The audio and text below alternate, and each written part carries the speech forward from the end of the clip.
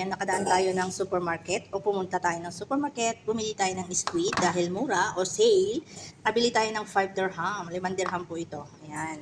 So, gigisahin na lang natin or i-adobo. Yan, lagyan natin ng kamatis para medyo masarap naman. Ayan, umpisa na tayo magluto. Ayan, ginisa na natin ang ating bawang. Wow, ang bango. Ating sibuyas, maraming bawang, masarap.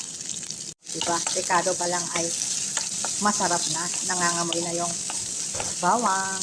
Ayan, gisa-gisa lang natin. Ayan, lumabas na yung aroma, ang bango. Ayan. Ilagay na natin ang kamatis. Ayan, halo-haloon ulit. O diba? Kamatis pa lang, ulam na.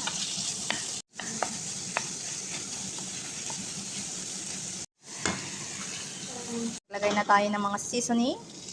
Garlic powder, black pepper, asin, at konting soy sauce. Oh, diba?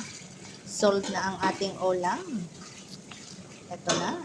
Pakuluin lang natin konti at ito ay luto na. Ayan. Thank you, Lord. Nakapag-ulam din tayo ng pusit. Kung saan ang sale, doon tayo. O, diba? Ayan lang po mga sisilab. Maraming salamat sa inyong panonood. Luto na ang ating ulam. Ito na ang ating pananghalingan. Yan lang po. Bye-bye. Thank you for watching. Ayan. Adobong pusit na may kamatis. Sarap. Yummy. Luto na.